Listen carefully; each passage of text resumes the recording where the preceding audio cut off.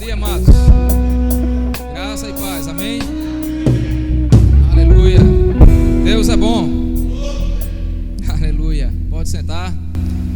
Amém. Glória a Deus. Obrigado, Ministério de Louvor. Maravilhoso. Parabéns. Amém. Glória a Deus. Aleluia. Amém, irmãos?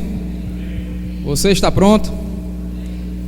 Como diz um irmão, diga assim comigo: já que eu vim, eu vou receber. Amém? Já que você veio, então só tem duas alternativas: ou recebe ou recebe. Amém? Então nós vamos receber a palavra de Deus essa manhã. Deus é muito bom. Estou assim, rindo, irmãos. O que está dentro às vezes salta, sabe? Mas eu consigo me controlar, amém? Deus é bom. A Bíblia diz que o espírito está sujeito ao profeta, né? Então a gente pode se controlar, mas às vezes salta. Aí a gente ri um pouquinho, depois calma, né? Se controla um pouco, porque a palavra, o objetivo essa manhã é que Deus seja exaltado e a palavra seja ministrada. Aleluia, amém? Vamos orar? Glória a Deus. Feche seus olhos, pode permanecer sentado. Pai, em nome de Jesus, nós somos gratos ao Senhor por essa manhã.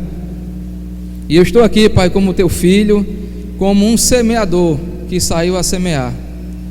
E eu declaro, Pai, que os corações essa manhã estão brandos, abertos e cativos à sua palavra. Repreendo tudo aquilo que não provém de Deus, em nome de Jesus.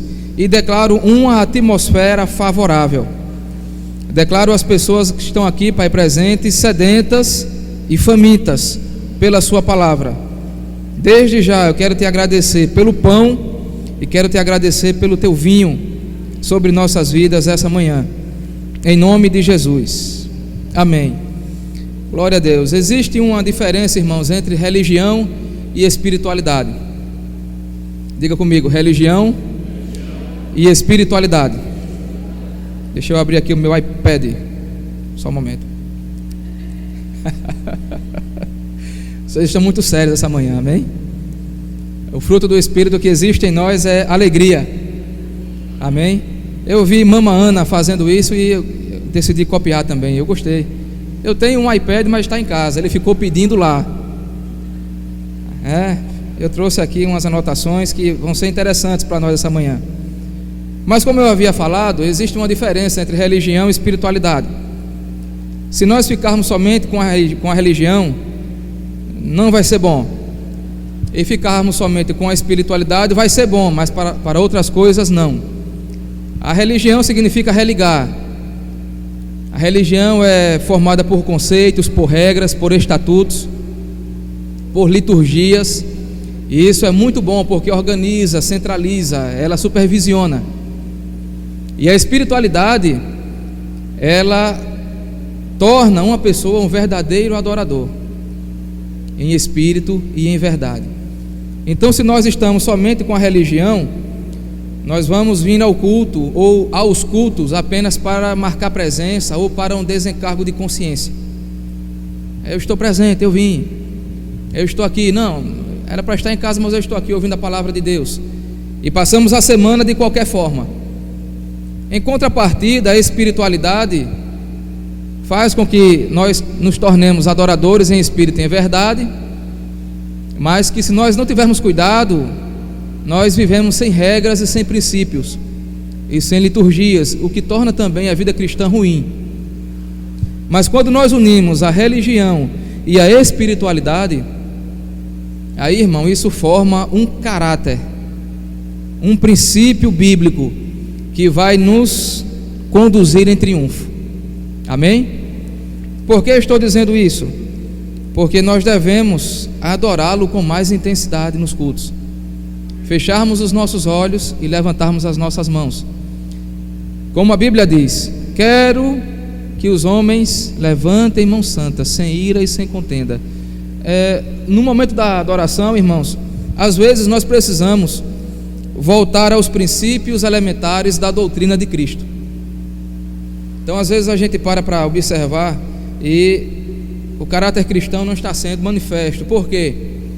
Porque estamos olhando no momento da adoração, o tipo de roupa que a fulana veio, o cabelo que o irmão cortou novo, eita, e o louvor rolando aqui, a unção querendo se estabelecer com mais intensidade, mas ela fica impedida, porque tem algumas pessoas que não estão sendo crentes espirituais, apenas crentes religiosos. Aleluia, amém? Diga, Deus nos ama. Mas quando nós estamos, irmãos, com um propósito, como aquelas pessoas estavam para construir aquela torre, lembra em Gênesis? Em um mesmo parecer, em um mesmo sentimento, em um mesmo objetivo, o que acontece? A glória de Deus, ela desce com muita intensidade, com muita força. Então o que determina o culto não é o pregador, mas sim a expectativa que você tem. Porque a palavra por si só ela é ungida. A palavra por si só ela manifesta o caráter de Deus. A palavra por si só ela opera o milagre. Ela é viva e eficaz. Amém? Mas quando a igreja de Deus, o corpo de Cristo, ela está com uma consciência de que existe um ser aqui, que não sou eu, mas um ser espiritual que se chama Espírito Santo, aguardando ser adorado, e nós correspondemos essa adoração a Ele, aí nós saímos dos cultos diferentes. Amém? Então, o que vai determinar o sucesso espiritual não é o tipo de estrutura que nós estamos congregando. Isso é bom e é importante. O que vai determinar o sucesso espiritual é a intenção do teu coração. Por que você veio essa manhã? Veio aprender sobre o caráter de Deus? Não, eu já sei, mas vamos renovar. Eu não sei, então vamos aprender. Se você sabe ou se você não sabe, o ponto principal é adorá-lo em espírito e em verdade. Amém? Há um ser que precisa ser adorado, irmãos. Fechando os olhos e levantando mãos santas, nós adoramos em espírito e em verdade. É dessa forma que Ele vai nos conduzir em triunfo. É dessa forma que o caráter de Deus será manifesto nos cultos. É dessa forma que o caráter de Deus será manifesto todos os dias da nossa vida. Todos os dias. Então nós não podemos ser crentes religiosos apenas, e nem espirituais apenas. Nós devemos obedecer às regras e os princípios que trazem uma organização, mas nós não podemos esquecer da espiritualidade. Amém? A espiritualidade, irmãos, ela é em espírito e em verdade. Então começou o louvor e a adoração, esquece tudo, levanta tuas mãos e fecha teus olhos, porque nós viemos aqui essa manhã para adorá-lo, para aprendermos da sua palavra, para manifestarmos o seu caráter, para andarmos em amor, em perdão. Amém? Para andarmos debaixo de unção, para manifestarmos o seu Espírito. Isso é muito importante, nós nos situarmos no que estamos fazendo. Então nós não estamos aqui de qualquer forma, nós estamos aqui em um lugar espiritual. Nós estamos aqui em um lugar, irmãos, que é um local propício para que se opere milagres, curas, libertação, novo nascimento, revelação da palavra, direção para a nossa vida. Sabe, uma palavra de Deus pode mudar a nossa vida e o nosso ministério. Uma palavra vindo do trono. Alguns pegam, outros não pegam. É como o semeador, ele sai a semear. Dependendo do teu coração, é que vai ser determinado a colheita.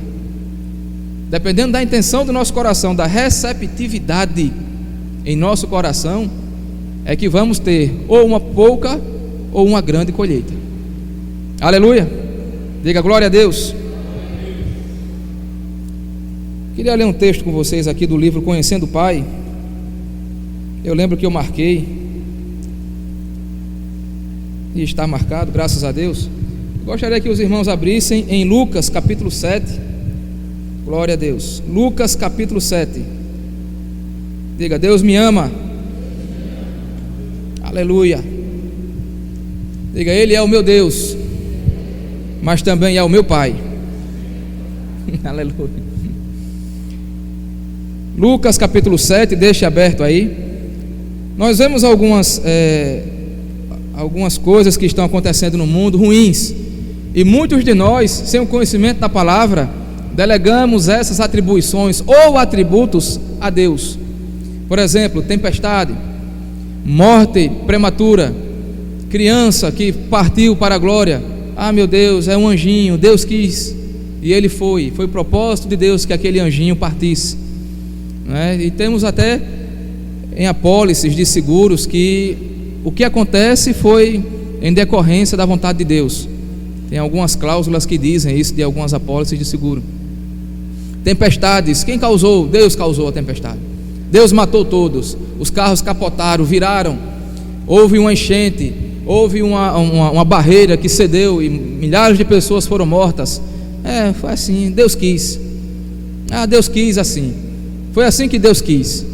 E muitos de nós, com doutrinas diferentes em nossa mente, com ensinamentos errados de ministérios que nós já fizemos parte, ou de outros ministérios que nós acompanhamos bastante, ou de algumas associações erradas, atribuímos também, mesmo estando no verbo da vida, a Deus.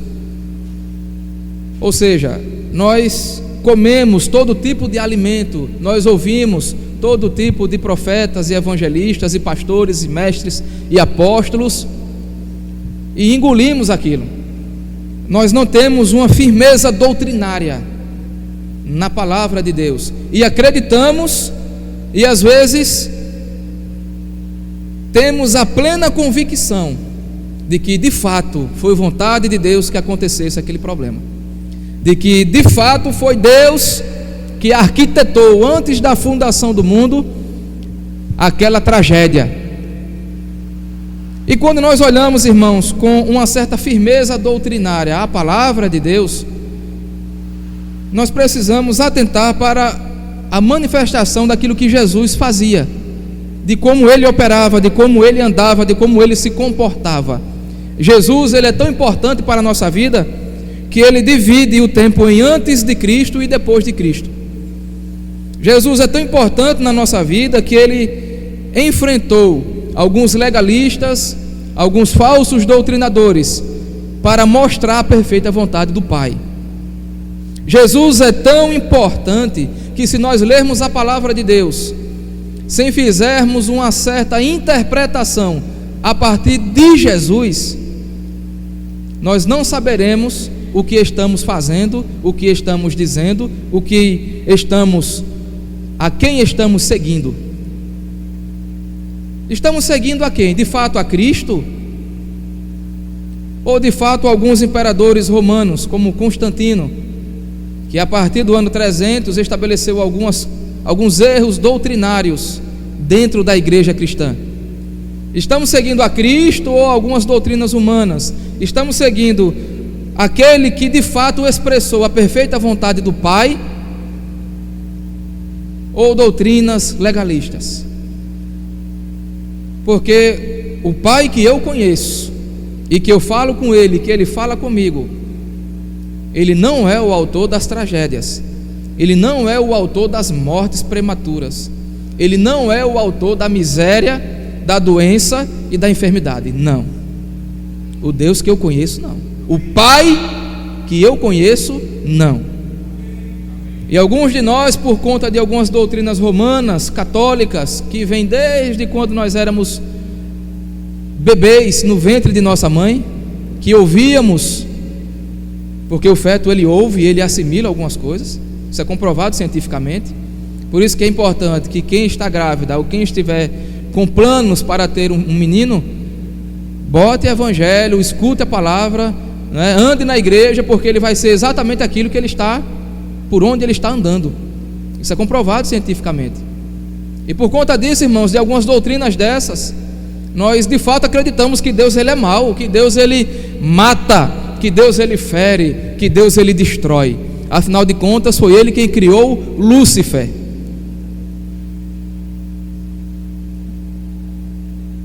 E nós vemos aqui em Lucas capítulo 7, aleluia, diga, Deus é bom.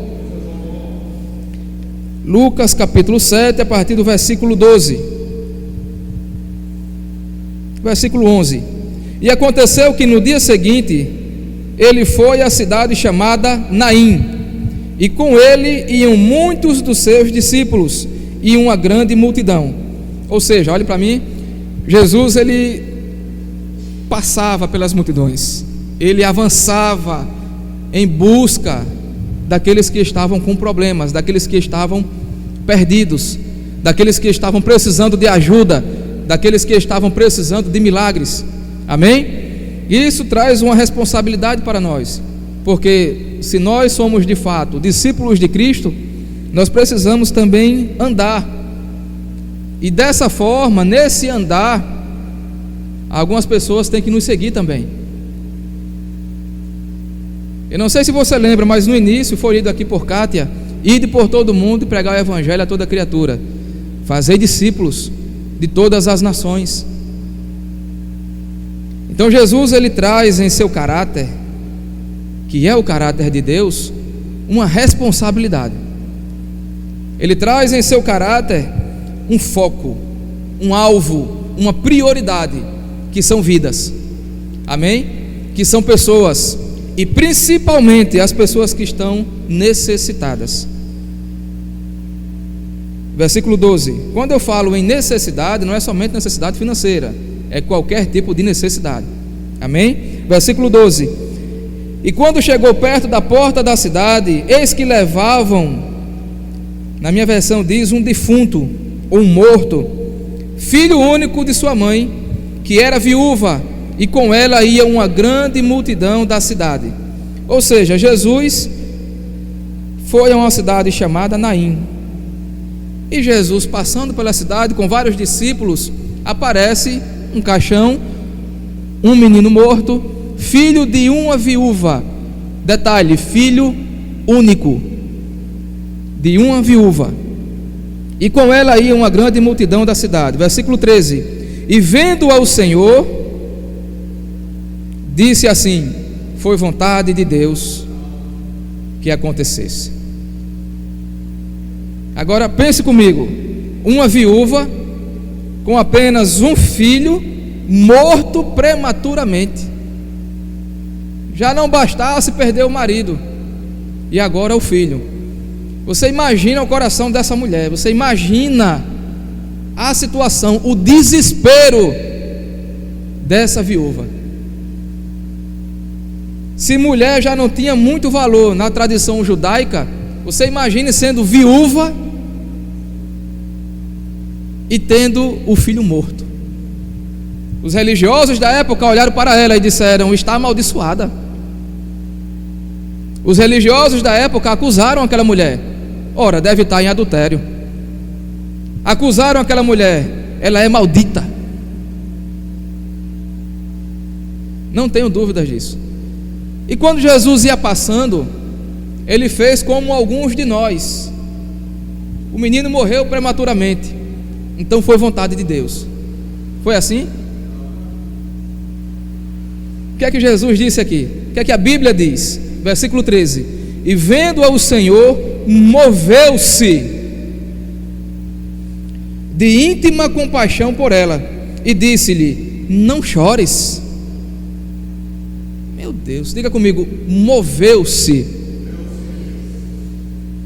Encher-se de compaixão é se colocar no lugar daquela pessoa. Encher-se de compaixão é clamar a Deus para que aquele problema seja resolvido daquela pessoa. Encher-se de compaixão é tirar os olhos dos nossos problemas e colocar os olhos nos problemas dos outros. Porque senão seremos apenas religiosos, não seremos espirituais. Amém? Ele continua, versículo 14: e chegando-se, tocou na esguife, e os que levavam pararam, e disse: jovem, eu te digo, levanta-te. E o defunto assentou-se e começou a falar. Outra observação: para um judeu pegar em um morto, ele teria que passar mais ou menos 7 dias isolado. porque ele estava maldito. Na tradição judaica não se podia pegar em mortos. E o que é que Jesus faz? Ele não pega no morto, mas ele toca na esguife. Talvez nós não vamos pegar no morto, mas precisamos pelo menos pegar na esguife. Para quê? Para que haja ressurreição.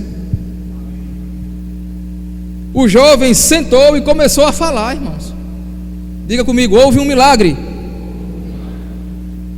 Jesus, ele fez muitas demonstrações de poder para operar esse milagre? Não. Ele disse, aleluia, deu um grito, ele bradou em alta voz, ele correu, ele dançou, ele saltitou, ele pulou. Nada contra isso, amém? Isso é bom e é bíblico. Mas nesse momento aqui, Jesus não salta, não pula, não grita, não planta bananeira, não diz quem é. Jesus, ele expressa o caráter de Deus. Ah, irmão Sérgio, o que foi que ele fez? Tocou na esguife. Não fez mais nada não, irmãos. Tocou na esguife. Agora, antes desse processo acontecer, irmãos, existe uma caminhada em Deus. Existe uma renovação da mente pela palavra constante. Existe uma adoração espiritual e não religiosa. Existe um compromisso e firmeza no buscar em primeiro lugar o reino e as demais coisas serem acrescentadas. Há um princípio para que se opere a ressurreição. Chama-se consagração. Consagração ao plano e ao propósito de Deus, irmãos, para que seja manifesto o caráter dele. Houve uma ressurreição, então nós podemos observar que precisamos mudar algumas apólices de seguro, porque não é vontade de Deus. Porque não é vontade de Deus que as pessoas morram prematuramente, senão Jesus não tinha ressuscitado o filho da viúva de Naim. Mas ele ressuscitou. Ele tocou na esguife e houve uma ressurreição, e houve um milagre. Jesus em sua vida de adoração, Jesus em sua vida espiritual, Jesus mostrando às pessoas como se deve ser um verdadeiro adorador. Ele se enche da palavra de Deus, ele se enche das escrituras da época, que era a Torá, ele se enche do propósito que Deus chamou ele, ele se enche das realidades, dos objetivos que ele tinha vindo a essa terra, ele se enche das convicções, ele se enche do desejo em agradar o Pai em tudo, e ele manifesta o caráter. Então diga comigo, morte prematura não é vontade de Deus. Salmos 91. Aleluia. Está claro, irmãos? Está dando para entender? Estou muito devagar, muito rápido. Se tiver dúvida no final me procure, amém? Salmo 91.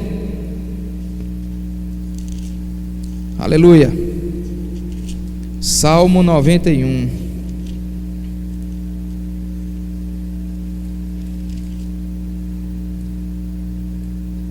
Versículo 15 e 16.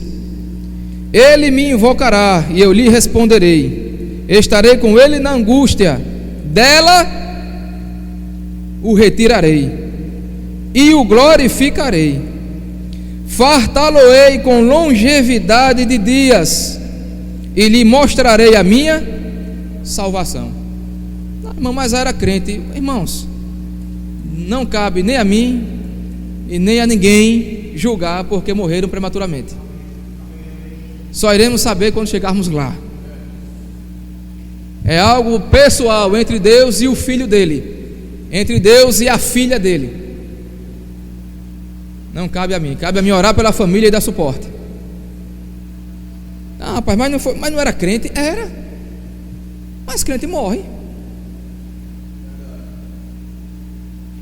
Crente será ressuscitado no último dia. Crente morre, tem a passagem da vida para a morte. Irmãos, nós estamos aqui, é apenas uma passagem, é um tempo. Por isso que Jesus disse, olha, Não junta muito tesouro na terra não, porque a traça e a ferrugem corrói. Agora dê prioridade aos tesouros do céu, onde a prata, onde o ferrugem não come, o ladrão não rouba, e você vai levar esses tesouros para toda a eternidade. Tá, irmãos, é tão claro as escrituras, que eu não sei porque tantos irmãos em Cristo às vezes juntam tanta coisa. Nós precisamos viver bem e bem, mas se nós estivermos vivendo muito bem e tivermos coisas materiais sobrando ao extremo, nós precisamos repartir isso aí, porque o tesouro é guardado no céu dessa forma. O caráter de Cristo é manifesto, não é vendendo não, irmãos, é dando. Mas eu trabalho com isso. Aí você vende 90%, 80%, mas você semeia também as suas coisas. Tem coisas na minha vida que eu vendo, mas tem coisas dessas que nós vendemos, que nós semeamos também. Irmãos, é maravilhoso. Isso supre a necessidade de pessoas, isso supre a necessidade de corpo, de reino, e não de placa denominacional. Aleluia. Isso faz crescer o quê? Tesouros no céu. Então Jesus, ele expressa a perfeita vontade de Deus, que é que seus filhos vivam bem, mas também repartam o que têm. Quando a gente fala em repartir, isso às vezes dói na nossa alma, dói na nossa carne. Isso é outra matéria que Deus me deu também a condição de ensinar, que é vida de prosperidade, mas é outra coisa. É só um ponto para que nós vejamos a verdadeira realidade do caráter de Deus. Um espírito doador. Deus amou o mundo de tal maneira que deu seu Filho unigênito, para que todo aquele que nele crê não pereça, mas tenha a vida eterna. Diga, Deus deu. Quanto nós pagamos pelo batismo no Espírito Santo? Quanto nós pagamos pela salvação? Quantos nós pagamos? Irmãos, é de graça. Diga, é de graça. Então o caráter de Deus, ele é algo diferente do mundo. Ele é algo diferente dos conceitos mundanos. Na leitura aqui do livro Conhecendo o Pai, o autor, ele expressa uma verdade sobre Lucas 7, 12 e 16, que nós lemos, sobre a viúva de Naim. Um outro mal entendido que nós temos sobre Deus é que ele tira as pessoas. Uma vez ouvi um ministro num funeral, já ouvi vários, em um funeral de uma pequena criança, dizer que o Senhor tirou a criança para encher seu jardim no céu.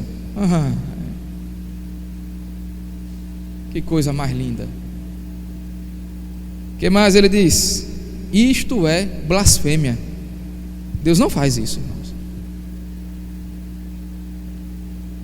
Deus não é um assassino, ele é o doador da vida. Jesus era Deus em ação, e nós temos um registro do que ele fez quando encontrou-se em um funeral, que foi a ressurreição do filho da viúva de Naim. Então, irmãos, nós precisamos renovar a nossa mente pela palavra de Deus. Nós precisamos andar na firmeza doutrinária daquilo que nós estamos sendo ensinados, e daquilo que nós estamos crendo, e daquilo que nós estamos vivendo e nos associando. A firmeza doutrinária é algo tão forte que Paulo resistiu Pedro, um dos 12 apóstolos do Cordeiro, face a face. Pedro, o que é isso? Você está querendo que os irmãos venham a se circuncidar novamente? Isso é para judeu, rapaz. Jesus veio para a humanidade. Quem está em Cristo agora é uma nova criação. Coisas velhas passaram, tudo se fez novo. Pedro, você andou com Ele. O que você está fazendo, Pedro? Constrangendo os irmãos a voltarem a se circuncidar novamente? Esse não é o caráter de Deus, Pedro. O caráter de Deus é que quem está em Cristo é uma nova criação. Quem está em Cristo é justiça de Deus. Quem está em Cristo anda no caráter de Deus. Quem está em Cristo tem uma aliança de sangue com Ele. Quem está em Cristo está se preparando todos os dias para o retorno dEle. É diferente, Pedro. Sabe, irmãos, tem muitos Pedros dentro da igreja. E Paulo resistiu ele face a face. Erros doutrinários nos tiram do caráter de Deus. Erros doutrinários, pregações diversas que nós assistimos, não vai nos conduzir a triunfo, porque nem todos têm a palavra como ela é, a palavra revelada, a palavra autêntica, a palavra pura. Nós precisamos estar em Deus. Nós podemos conhecer a Deus. Deus, Ele quer ser conhecido de nós. Ele quer se manifestar. Mas isso só acontece quando nós estamos em uma linha doutrinária da palavra de Deus. Tem muitos crentes querendo ser Davi, ministros de guerra. Tem muitos crentes querendo ser como Abraão, sacrificando animais. Tem muitos crentes, irmãos, querendo ser como Salomão, se preocupando apenas com os templos. Aleluia. Tem muitos crentes querendo ser de algumas denominações e se moverem na unção apenas, sem palavra. Tem muita mistura evangélica no Brasil e no mundo. E se nós não tivermos cuidado, nós não vamos conhecer o Pai. Porque vai ser vontade de Deus que uma criança morra, será vontade de Deus que eu perca um bem material, será vontade de Deus que o meu casamento não dê certo, será vontade de Deus que um filho meu não nasça bem. Ah, irmão, e por que isso acontece? Irmãos, uma coisa eu sei, não é Deus. A Bíblia diz que o mundo jaz no maligno. Se o mundo jaz no maligno, você imagina o que ele não faz para destruir a criação de Deus, para dizer que Deus é mentiroso, para dizer que Deus não tem caráter, para dizer que Deus não funciona. Ele quer desviar a criação, ele quer desviar a obra-prima de Deus, que é você. Ele quer desviar a sua atenção de Deus para Ele. É tanto que Ele disse lá em Mateus 4,4: olha, se você prostrado me adorar, eu lhe darei, Jesus, todas as glórias desse mundo. Então, glória desse mundo não presta, corra dela. Satanás, ele vai vir com glória, uma bandeja para te entregar. Olha, se tu fizeres isso, tu vai ganhar isso aqui. Só que o mesmo Satanás que dá, ele vai tomar na frente. Lá na frente ele toma. Ele mata, ele destrói, ele pede um filho, ele pede uma filha. Tem vários pastores hoje que eram pai de santos. E eles dizem: olha, a gente dava uma criança, ele pedia outra. Dava outra, ele pedia uma maior. Até que chegou ao meu filho preferido, eu não vou dar. E aí saí. Por quê? Ele pede algo, não é? Dá a glória, mas ele pede o que é de muito importante para a nossa vida. E sabe, irmãos, Deus não faz isso. Deus não faz isso. Ele não pediu, Ele deu. Ele não pediu nenhuma oferta a você para que você sacrificasse. Ele deu Jesus para você.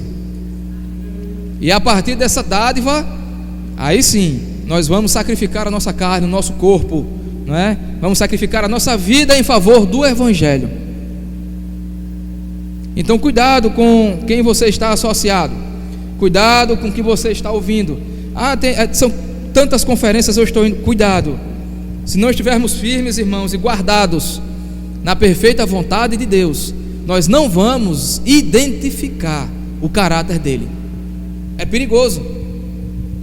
Vamos ser levados por todo o vento de doutrina, pela artimanha dos homens que com astúcia enganam fraudulosamente. Então, o caráter de Deus, ele só vai operar, primeiro, por fé na palavra de Deus. Quando nós nascemos de novo, nós recebemos uma medida de fé.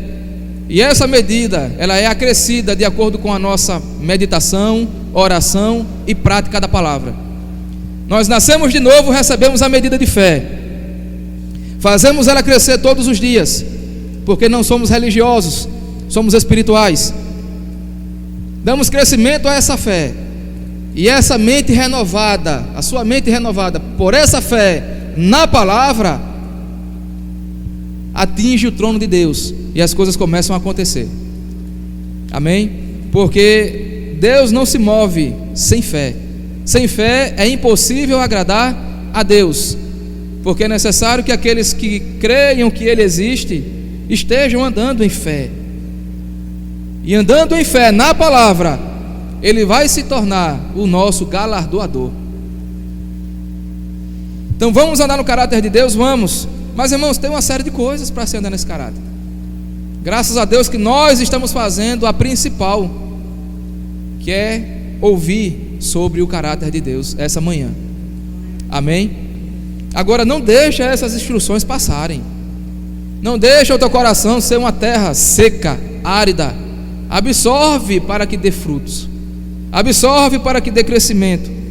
Absorve a palavra e pratica ela, para que você prove do caráter de Deus. Irmãos, Ele é bom. Ele é bom. Ele não deixou lá o defunto no caixão, Ele ressuscitou. Amém? Qual é a vontade dEle? Que haja vida e vida em abundância. Aleluia. Deus é Espírito, e a comunhão mais profunda com Deus é desenvolvida espiritualmente. Por essa razão, apenas o homem que foi regenerado pelo Espírito Santo pode ter acesso ao conhecimento das coisas espirituais. Em João capítulo 4, estamos seguindo a apostila que foi passada. João capítulo 4. João capítulo 4. Aleluia. Diga, Deus é bom. Glória a Deus. João capítulo 4.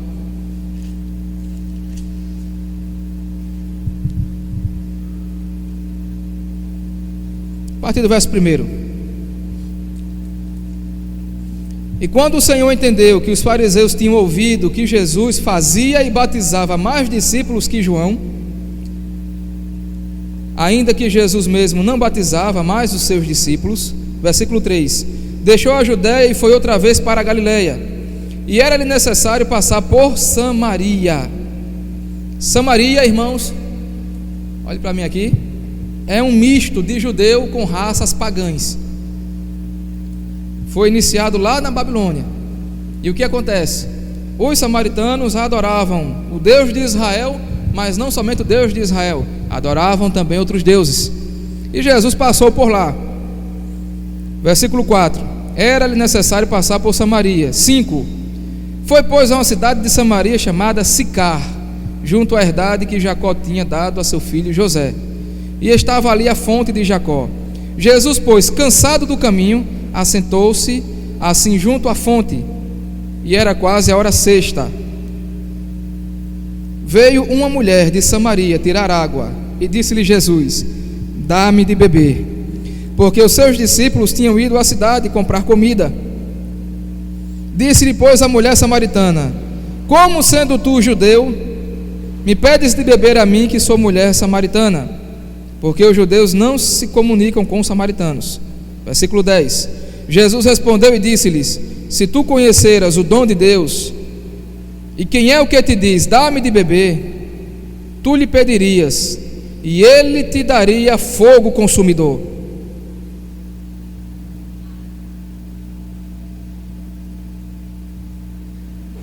E ele te daria a morte prematura. Aleluia. E ele te colocaria no estreito de Jeová.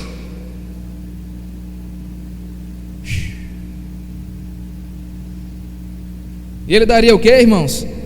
Água viva. Disse-lhe a mulher: Senhor, tu não tens com que tirar, o poço é fundo, onde pois tens a água viva? És tu maior do que o nosso pai Jacó, que nos deu o poço, bebendo-lhe próprio dele, e os seus filhos e o seu gado? Jesus respondeu e disse-lhe: qualquer que beber desta água vai voltar a ter sede, mas aquele que beber da água que eu lhe der, nunca terá sede, porque a água que eu lhe der se fará nele uma fonte a jorrar para a vida eterna. Ou seja, o poder de Deus vai nos conduzir, a água viva vai nos conduzir à salvação. A palavra de Deus, o Espírito, a palavra e o Espírito, a palavra e o Espírito vai nos ensinar o que de fato é o caráter dele, vai nos ensinar o que de fato é a vontade dele, vai nos ensinar qual de fato é o objetivo dele, qual o plano original dele. A palavra e o Espírito, a palavra e o Espírito, a palavra e o Espírito, a palavra e o Espírito.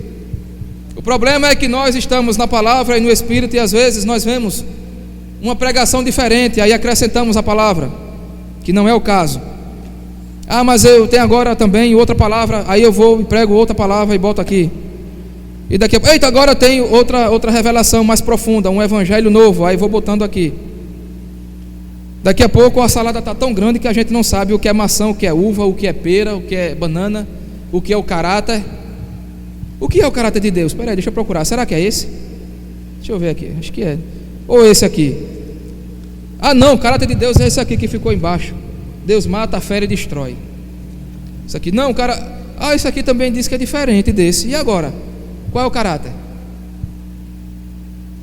Misturou, saiu da palavra e do Espírito. Misturou.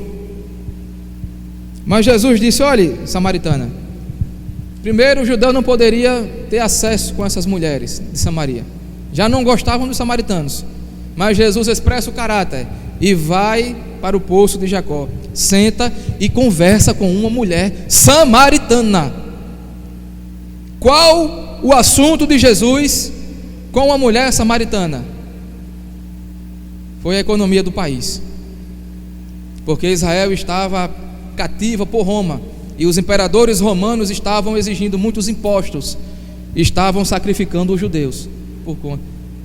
Ele disse: olha, mulher, a economia nossa de Jerusalém está caindo, nossa economia está entrando em desespero, nós não sabemos mais o que vamos fazer, porque César está puxando muitos tributos dos judeus, os sacerdotes estão desesperados.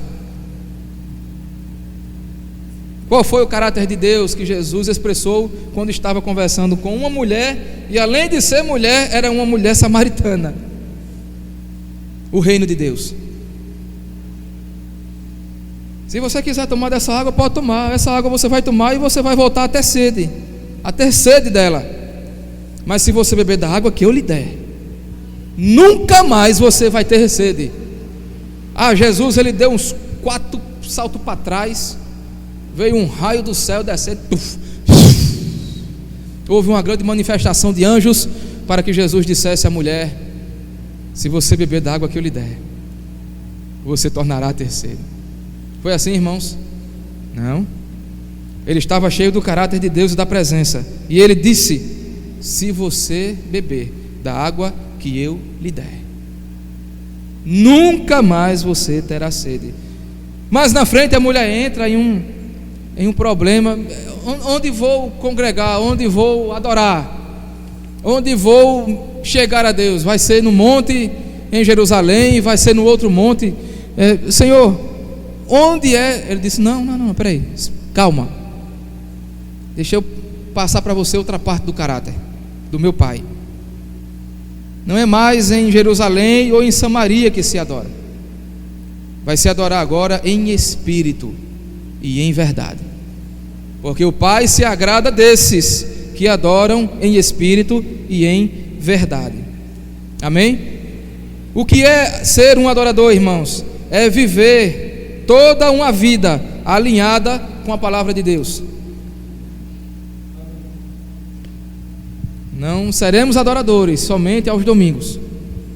Aos domingos nós receberemos a porção do Espírito, dos 5 dons ministeriais que passam por aqui. Pegamos essa palavra e mantemos o fervor aceso, em casa, no carro, no trabalho, na rua, dormindo, acordando. Diga: manter. Se não mantém, irmãos, vai complicar, não vai andar no caráter. Agora, se descobrir o caráter de Deus, como nós estamos descobrindo, como nós estamos aprendendo, como nós estamos estudando, aí sim, nós vamos ser verdadeiros adoradores em espírito e em verdade. Vamos andar sobre as águas da doença, da enfermidade, da miséria, da pobreza, da dificuldade. Vamos andar em amor, amando o próximo como a nós mesmos. Vamos dar a vida pelo irmão ou pela irmã. Se formos apenas crentes religiosos, como eu expliquei, que a religião ela é boa, que ela tem os seus dogmas, os seus conceitos, os seus estatutos, e junta com a espiritualidade, que tem a adoração em espírito e em verdade, é bom. Mas se nós andarmos somente na religião, seremos competidores e não adoradores. Manifestaremos o caráter do diabo e não o caráter de Deus. Nós estamos aqui não para competirmos uns com os outros. Estamos aqui para adorar a Deus. Aleluia. E as funções ele vai distribuindo para quem quer, de acordo com como ele quer fazer. Ele quer fazer. Ele vai distribuindo, né? Pastor Júnior, um dom. Poliana, um dom. Pastor Jorge, um dom. Adriana, né? Silvio, um dom. Pastor Eliseu, outro dom. Irmã Ana, um dom. Dom de música, dom de adorador, dom de louvar. Valesca, um dom. Outro dom. E o que nós fazemos aqui não é competir, é adorarmos. A competição, ela faz parte do caráter de Satanás, e a adoração faz parte do caráter de Deus. Amém? O corpo ele tem que crescer, irmãos. Eu não posso calçar o sapato do pastor Júnior, vai ficar folgado em mim.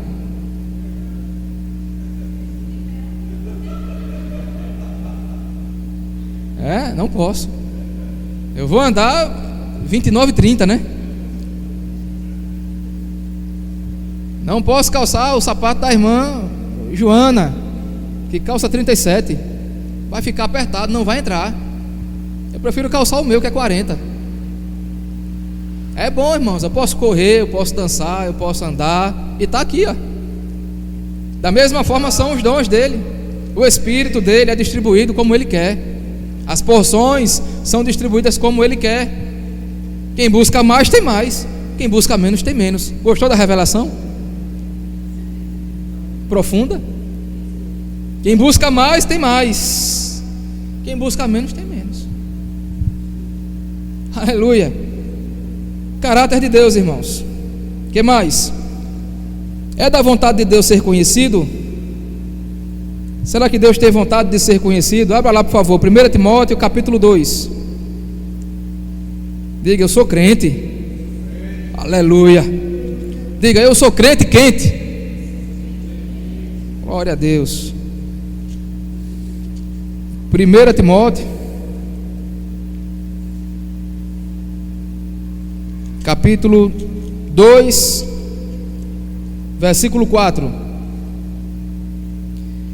Que quer que todos os homens sejam salvos e venham ao pleno conhecimento da verdade.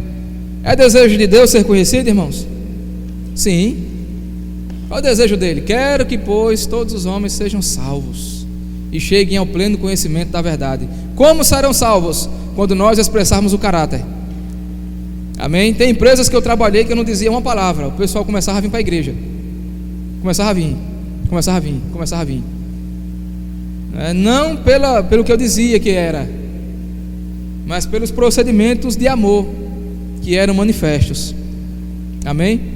Se a Bíblia diz, irmãos, que nós devemos dar a vida pelo irmão, meu Deus do céu, a vida pelo irmão é diferente de uma irmã. Teve uma irmã que veio falar comigo uma vez, ela disse: olha, meu irmão, queria conversar com o senhor, receber umas instruções. Eu disse: amém, vamos conversar, irmã. E aí ela disse: olha, eu estava numa besta, e estava eu e o meu esposo do lado, e daqui a pouco o motorista da besta disse: corre todo mundo que a besta está incendiando. Irmão, o primeiro a pular da besta foi meu marido e me deixou lá.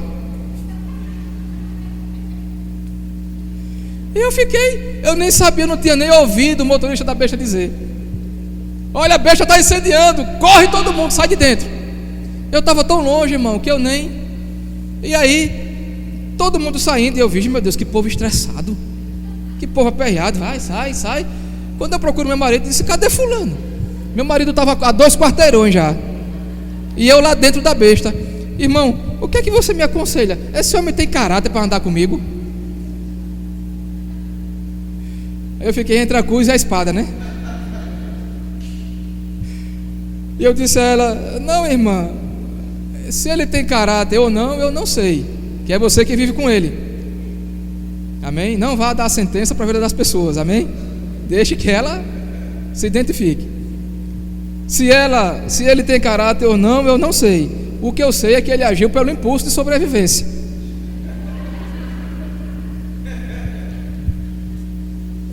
Ele agiu pelo impulso de sobrevivência. Ele quis se salvar. Agora eu quero dizer à senhora quem é que tem caráter. Que foi um que desceu do céu. Aí é quando a gente entra com a espada. Amém? Aí ele desceu do céu e ele deu a vida pela senhora. Aí foi diferente. Aí a gente entra com o evangelho. Irmãos, há muitas oportunidades de ganharmos alma. Facinho. Enquanto o seu marido estava a 2 quarteirões, Jesus está aqui batendo na porta do teu coração. Aleluia. Quer dizer, ela com o marido dela é um problema dela e Deus. Eu não posso. Tem um ditado antigo que diz: briga de marido e mulher, ninguém mete a colher. Deixa lá, se resolve, ora, abençoa, vale a Bíblia. Amém? Mas pulou, disse ele pulou. Mas Jesus pulou do céu para salvar a senhora, né? Aí alguns estão perguntando: irmão, e o final? A besta explodiu, né?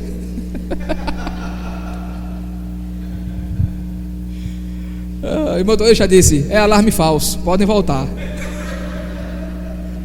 Era só para identificar o coração do marido dela, né? Amém? Era só para entrar com a palavra naquele momento, irmãos. Diga: Deus é bom. Vamos ficar de pé? Aleluia. Glória a Deus. Então não faça como o marido da mulher, dê a vida pelo irmão. Amém?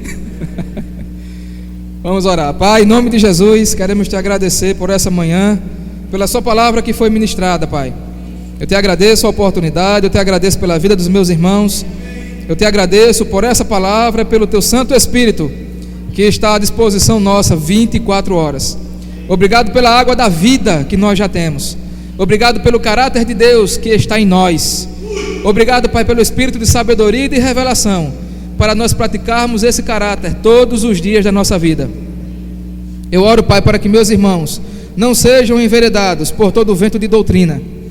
Eu oro para que meus irmãos percebam a simplicidade e vivam e desfrutem da simplicidade do Evangelho de Cristo. Te agradecemos e te entregamos toda a honra, glória, louvor e adoração essa manhã, Pai, em nome de Jesus. Amém. Kátia, pode sentar.